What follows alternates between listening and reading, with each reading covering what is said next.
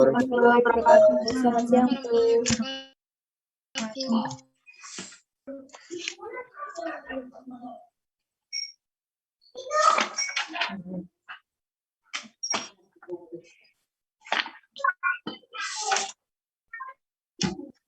Saya absen dulu. Halisa. Hadir, Bu.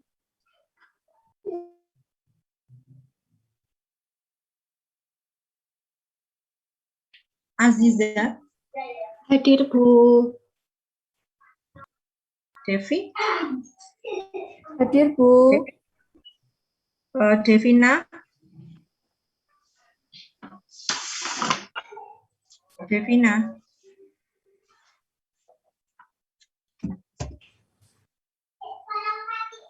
Erika. Erika. Vidya. Hadir, Bu.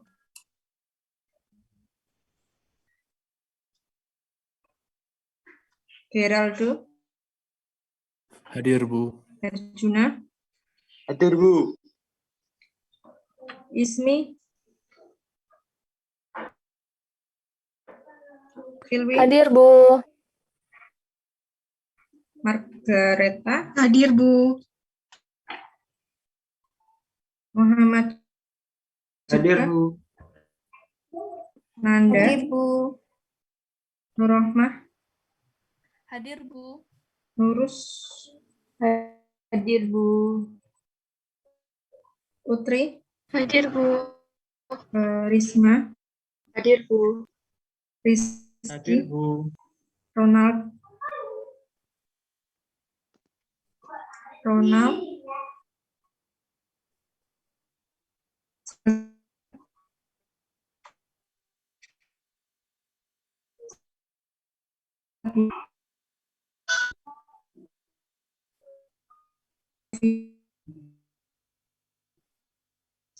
Siva. Hadir, Bu. Oh, siapa ini tadi? Sebentar ya, ini jaringan saya ini. Siva ada? Iya, Bu. Syifa ada. Siva. Sofia? Ronald?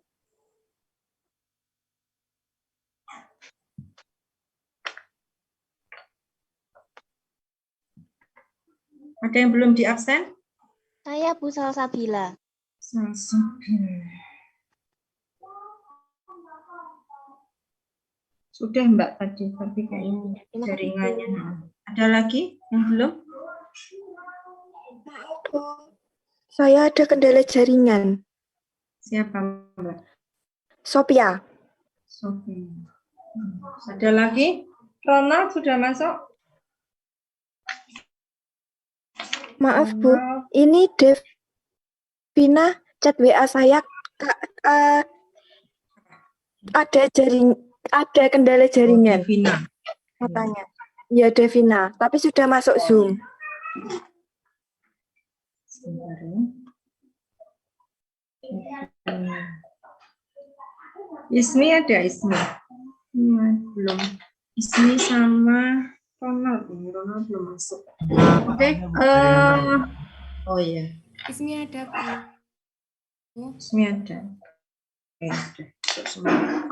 Oke ya. Jadi hari ini saya ini nggak bisa lama ya, karena 12:30 itu saya ada rapat ya, dengan rapat untuk penelitian.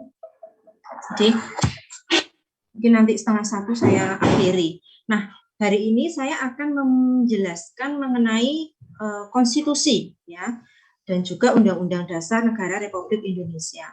Nah, harusnya bab 4 itu filsafat, tapi filsafat nanti kita geser di belakang saja. Jadi ini kita bahas tentang konstitusi dulu. Nanti kalau misalnya ada yang kurang jelas, bisa bertanya ya, saya jelaskan dulu aja semuanya ya. Oke, yang pertama, konstitusi. Pastinya kita sudah nggak asing dengan istilah konstitusi ya. Nah, setiap di setiap negara itu memiliki istilah yang berbeda-beda tergantung dari bahasa mereka. Ya, kalau di Inggris namanya itu constitution. Ya, kalau di Belanda namanya constitue. Kemudian constitu, ya. Kalau di bahasa Latin itu namanya constitutio dan juga constituer. Sedangkan dalam bahasa Perancis ini namanya constitur. Ya, kalau di bahasa Jerman namanya Verfassung. Nah, kemudian kalau di Indonesia kita kenal nama konstitusi dengan nama apa? Dengan istilah apa? Yaitu dengan istilah Undang-Undang Dasar. Ya, Undang-Undang Dasar Negara Republik Indonesia tahun 1945. Ya. Kemudian apa sih definisi dari konstitusi itu? Nah, konstitusi ini bisa diartikan sebagai peraturan dasar dan memuat ketentuan-ketentuan pokok dan menjadi satu sumber perundang-undangan. Kemudian definisi yang lain, konstitusi adalah keseluruhan peraturan, baik tertulis maupun tidak tertulis, ya, yang mengatur secara mengikat cara suatu pemerintahan itu diselenggarakan dalam suatu negara. Jadi konstitusi itu, ya, bentuknya itu bisa tertulis, bisa tidak tertulis. Kalau di Indonesia kita memiliki konstitusi tertulis atau tidak? Tertulis. Ayo, tertulis ya. Kenapa kok dikatakan tertulis? Karena ada dokumennya gitu ya. Kita bisa membaca, kita bisa mengeprint gitu, ada wujudnya gitu ya. Kemudian ya, nah, aturan tadi baik yang tertulis ataupun tidak tertulis tergantung dari negaranya ya. Ada kok negara yang konstitusinya itu tidak tertulis seperti Inggris sama Kanada itu tidak tertulis. Nah, isinya apa sih konstitusi itu? Isinya itu ya peraturan-peraturan ya yang sifatnya itu mengikat dalam menyelenggarakan suatu negara. Ini nanti dibaca sendiri ya, saya share banyak. Kita lihat nih di tujuan konstitusi. Tujuan konstitusi itu ada 3. Yang pertama apa? Membatasi kekuasaan penguasa agar tidak bertindak sewenang-wenang. Ya, maksudnya gimana sih? Tanpa membatasi kekuasaan penguasa, konstitusi itu tidak akan berjalan dengan baik, ya. Dan bisa saja kekuasaan penguasa itu merajalela, ya, dan pastinya akan merugikan rakyat banyak. Contohnya gimana? Contohnya adalah di dalam konstitusi kita, Undang-Undang Dasar, ya, itu ada sudah ditentukan tugas dan wewenang dari lembaga-lembaga negara. Ya, jadi penguasa, ya, kekuasaan di Indonesia. Ya, sebelum kita masuk ke lembaga-lembaga negara itu, kekuasaan di Indonesia itu dibagi menjadi berapa? Yang kita kenal dengan trias politika itu loh. 3. Ya, apa aja? Apa aja? Yudikatif. Legislatif. Ya, eksekutif, legislatif, dan yudikatif. Nah, eksekutif ini siapa? Eksekutif adalah presiden dan jajarannya, ya. Presiden itu ada wakilnya, sama ada pembantunya. Loh, pembantu presiden siapa? Ya menteri, ya. Yang mengangkat menteri, yang memberhentikan menteri kan presiden, karena pembantu presiden yaitu menteri itu. Kemudian legislatif siapa? Yang membuat undang-undang, DPR, ya. Kalau di tingkat provinsi ya DPRD tingkat 1. Kalau di tingkat kota atau kabupaten ya DPRD tingkat 2. Terus yudikatif itu siapa? MA, MK, KY. Nah, karena sudah ditentukan ya di dalam Undang-Undang Dasar itu kan tugas dan wewenangnya presiden ini loh sebagai kepala negara dan kepala pemerintahan, tugasmu ini loh presiden, ya. Kemudian DPR, ya, lembaga yang membuat undang-undang, ya, dan juga mengontrol kebijakan pemerintah. Ya udah tugasmu itu, ya. Terus Mahkamah Agung tugasnya apa? Ya mengadili pada tingkat kasasi. Jadi tidak saling apa sih overlapping, tumpang tindih ngambil. Misalnya presiden ngambil tugasnya DPR, ya, presiden ngambil tugasnya MA. Ya. Karena sudah dibagi-bagi, ya sudah melaksanakan tugasnya masing-masing. Bisa dipahami? Bisa, Bu. Oke ya, jadi rata-rata negara di dunia ya itu ya mereka membagi kekuasaan menjadi 3 ya, ada eksekutif, legislatif, dan yudikatif gitu ya.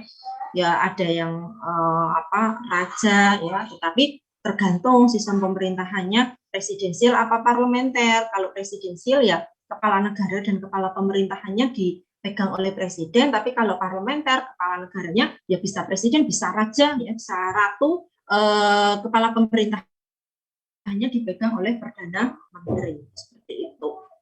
Oke, kemudian tujuan yang kedua, ya, yaitu melindungi HAM.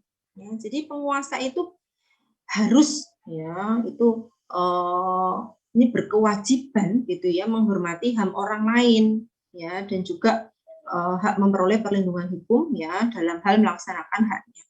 Kita lihat di dalam Undang-Undang Dasar kita itu ada pasal-pasal yang mengatur tentang HAM. Ya, jadi ada beberapa pasal ya itu yang mengatur tentang hak asasi manusia. Suara saya masih terdengar? Kayak nge-lag. Masih Dengar, Bu. Masih, Bu. Oke, jadi ini ya. HAM, contohnya di pasal berapa? Pasal 27. Ya, pasal 27 itu ayat 2, ya, setiap warga negara itu berhak atas ya, pekerjaan dan penghidupan yang layak. Jadi pemerintah itu punya kewajiban untuk menyediakan lapangan pekerjaan. Ya, contohnya apa ya? Kayak CPNS itu, terus BUMN, ya kan? Kemudian apalagi ya, tenaga-tenaga sekarang kan banyak ya, misalnya kayak kerja di kayak Pemkot, nah itu bukan PNS tapi semacam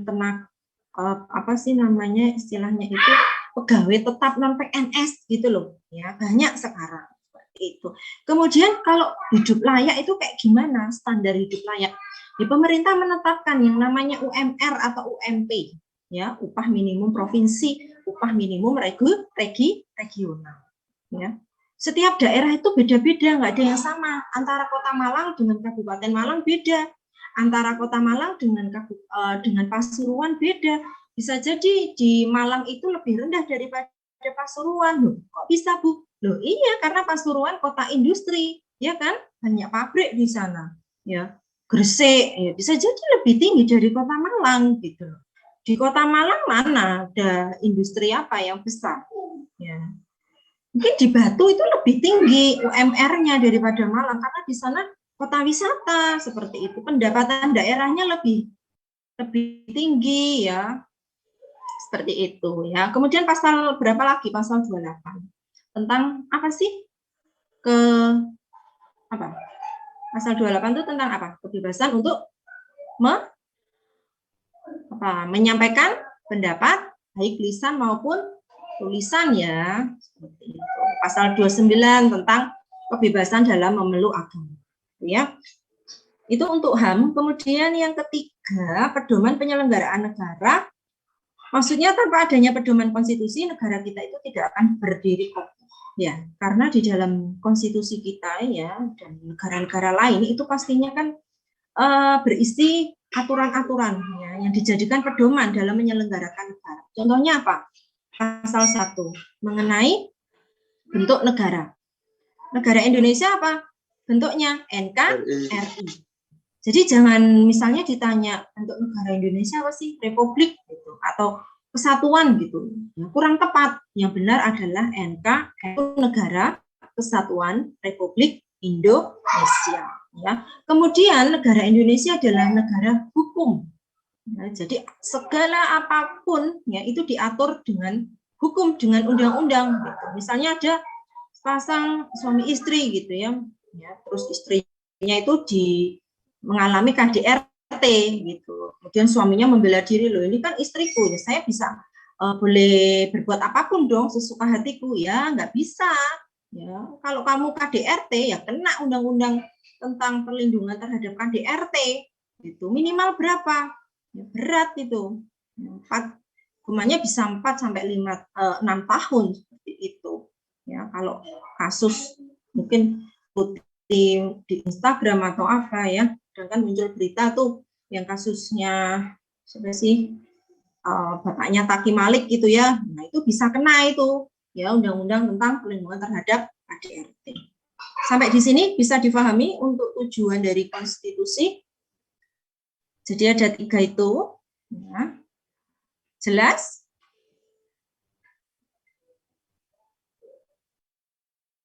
Jelas? Yang Oke, ya. Sekarang kita masuk ke kedudukan konstitusi. Ingat ya, waktu kita membahas mengenai Pancasila ditinjau dari, ingat ya, peraturan yang tertinggi sampai yang terendah. Yang peraturan tertinggi diduduki oleh siapa? Undang-undang dasar, Bu. Iya, undang-undang dasar ya. Jadi ingat, kedudukan konstitusi itu sebagai hukum dasar ya. Hukum dasar itu berarti landasan di bawah dan juga hukum tertinggi. Sebagai hukum dasar di sini konstitusi itu memuat aturan pokok mengenai penyelenggara negara. Ya, yaitu badan-badan atau lembaga-lembaga pemerintahan. Seperti tadi yang sudah kita bahas sedikit mengenai tugas dan lembaga negara. Kemudian yang kedua sebagai hukum tertinggi. Nah, konstitusi atau di Indonesia ini kita kenal dengan UUD ini memiliki kedudukan yang lebih tinggi terhadap peraturan-peraturan yang lain dalam tata hukum pada suatu negara. Ya, aturan di bawah konstitusi ini tidak boleh bertentangan, ya, dan harus sesuai, harus selaras, ya kan, seperti itu. Coba Mbak Devi masih ingat nggak tata urutan peraturan perundang-undangan di Indonesia, mulai dari yang tertinggi sampai yang terendah? Mulai dari Undang-Undang Dasar ya. Maaf tadi pertanyaan tata urutan apa ya? Tata urutan peraturan perundang-undangan di Indonesia.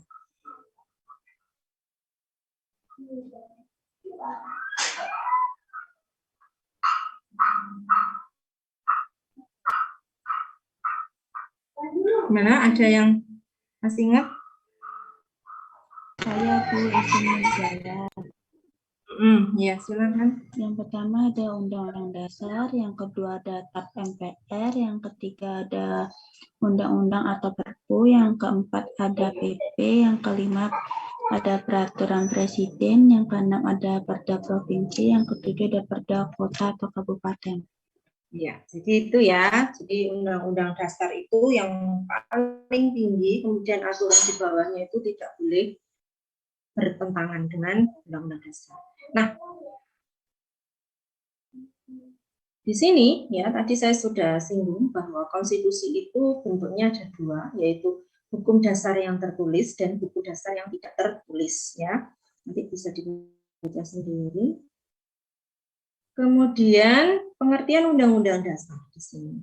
Undang-Undang Dasar 95 ya, definisinya adalah konstitusi tertulis yang berlaku di Indonesia yang telah ditetapkan dan disusun sejak tahun 1945. Kemudian Undang-Undang Dasar yang pernah berlaku di Indonesia itu apa saja? Yaitu Undang-Undang Dasar RIS ya, Konstitusi RIS Republik Indonesia Serikat ya tahun 1945 dan Undang sementara tahun 1950 ya. Kemudian kita masuk ke pembukaan. Oh, ini kedudukan UUD dulu. Jadi ya intinya sama, kalau tadi kedudukan konstitusi itu kan garis besarnya ya sebagai dasar negara dan sebagai hukum tertinggi. Nah, kalau di sini kedudukan UUD itu lebih dipecah-pecah gitu ya. Kedudukan Undang-Undang Dasar yang pertama adalah bersifat mengikat terhadap siapa? Pemerintah, ya kan? kemudian lembaga negara, kemudian lembaga masyarakat, warga negara Indonesia, ya, yang punya KTP Indonesia, ya. Atau kalau belum punya KTP ya punya KIA, kartu identitas anak, dan juga penduduk. Penduduk itu orang asing yang tinggal di Indonesia. Entah itu sedang liburan, sekolah, kuliah, bekerja, atau mengikuti suami atau istri. Ya, kemudian berisi norma-norma sebagai dasar dan garis besar hukum dalam penyelenggaraan negara harus dilaksanakan dan ditaati. Kemudian UUD merupakan sumber hukum tertulis tertinggi, ya, setiap produk hukum seperti undang-undang, PP, Perpres, Perda, dan setiap kebijaksanaan pemerintah itu harus berlandaskan undang-undang dasar. Kemudian sebagai alat kontrol, yaitu mengecek apakah norma hukum yang lebih rendah sesuai dengan ketentuan Undang-Undang Dasar 1945. Seperti itu.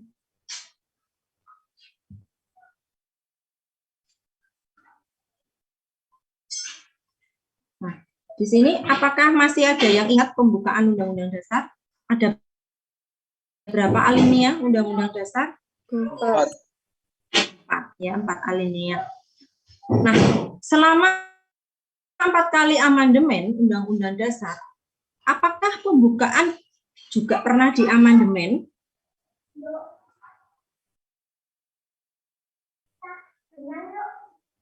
Pernah nggak pembukaan Undang-Undang Dasar itu diamandemen? Insya Allah Pernah, tidak. Pak? Belum pernah ya, belum pernah diamandemen. Ya, kenapa kok belum pernah diamandemen? Karena ini, ya, karena pembukaan itu sebagai pokok kaidah negara yang fundamental. Ya, kenapa kok disebut sebagai pokok kaidah negara yang fundamental? Karena memenuhi unsur yang pertama dari segi terjadinya. Itu ditentukan oleh pembentuk negara, the founding father. Kemudian dari segi isinya, memuat dasar-dasar pokok negara yang dibentuk, yang antara lain meliputi tujuan negara, baik secara khusus maupun umum. Nah, tujuan negara itu di alinea berapa? Ayo. Ada yang tahu alinea berapa? Tujuan? Alinea 4. Alinea keempat. Terus pernyataan kemerdekaan. Alinea berapa? Kayaknya ke 1, Bu. Masa sih? Kalau ke 1 kan tentang HAM. Bahwa sesungguhnya kemerdekaan itu ialah hak segala bangsa. Ya. Alinea berapa pernyataan kemerdekaan? 3.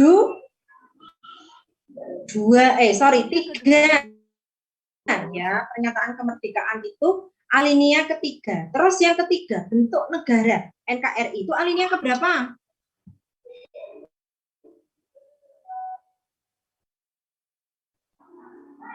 Alinea keberapa? Ayo, bentuk negara. Ketiga. Alinea keempat, ya. Terus dasar negara ini juga alinea keberapa? 4. Dasar keempat, ya. Jadi nanti misalnya kalau kuis ya tanyain kenapa kok pembukaan itu tidak pernah diamandemen, ya karena ini ya jawabannya karena pembukaan ini merupakan pokok kaidah negara yang fundamental yang memenuhi unsur dari segi terjadinya dan juga dari segi isinya, karena sudah lengkap gitu ya, memuat dasar negara itu kan hal yang paling mendasar gitu. Dasar negara, bentuk negara, kemudian tujuan dan juga pernyataan ini apa namanya kemerdekaan. Seperti itu. Sampai sini apa ada pertanyaan? Apakah ada? Saya lanjutkan ya. Nah, sekarang kita lanjut pada pokok pikiran dalam Undang-Undang Dasar 1945. Yang pertama, ya, pokok pikiran persatuan, ini artinya apa? Artinya adalah melindungi segenap bangsa Indonesia dan seluruh tumpah darah Indonesia. Dengan pengertian lain, Permisi. ya. Ini Zoom-nya masih belum diperbarui, Bu. Jadi habis ini kayaknya ke log out. Oh gitu. Ya wes, ya sudah kalau gitu saya akhiri ya, karena juga saya ini 12:30 ini sudah ada undangan rapat. Ya, nanti apa materi